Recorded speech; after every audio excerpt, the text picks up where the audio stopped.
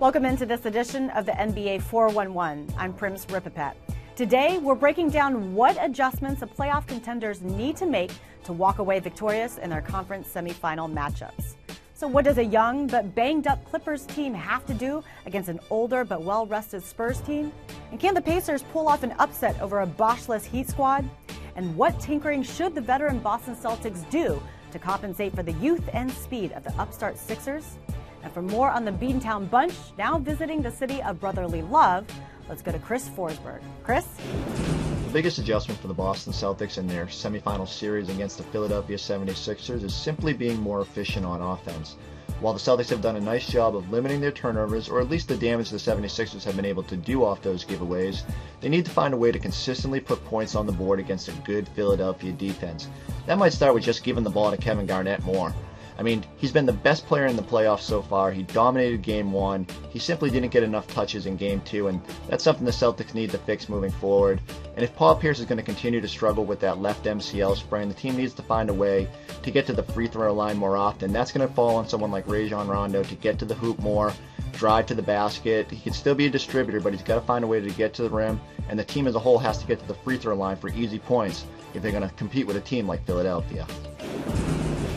With this Heat Pacers series now knotted up at one game apiece heading to Indiana for games 3 and 4, the Miami Heat is in full adjustment mode.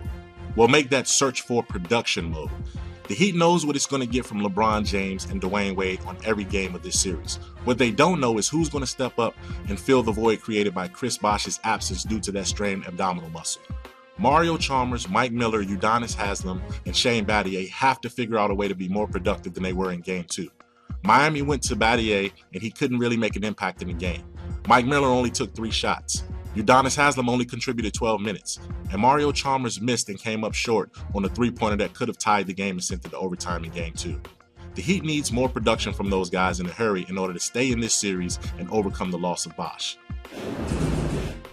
Thanks, Mike. Now let's head towards the setting sun to learn the key elements and adjustments to winning the West.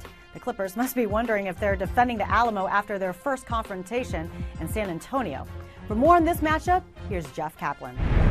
In the game-to-game adjustments that is the postseason, it's the Los Angeles Clippers who are headed back to the drawing board first as the San Antonio Spurs work their defensive pressure on Chris Paul to perfection, even if Coach Greg Popovich isn't quite ready to admit that.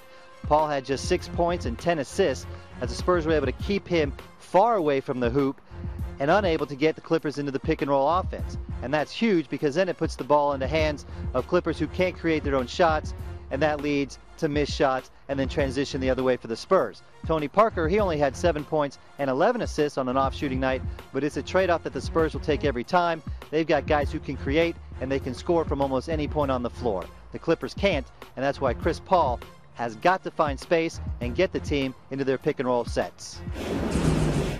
Thanks, guys. Now for our buzzer beater of the day, and we're talking about Kyrie Irving.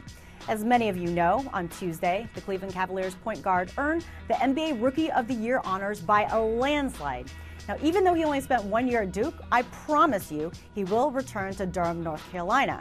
Actually, Kyrie has promised his dad that he will finish his bachelor's degree at Duke in the next 5 years. Irving says he'll be taking classes during the off-season, and study hall is in 10 minutes, Kyrie, so you better hurry.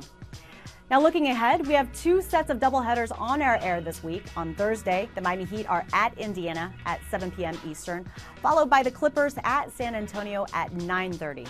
And then Friday night, the Celts visit Philly. Tip-off is set for 8 p.m.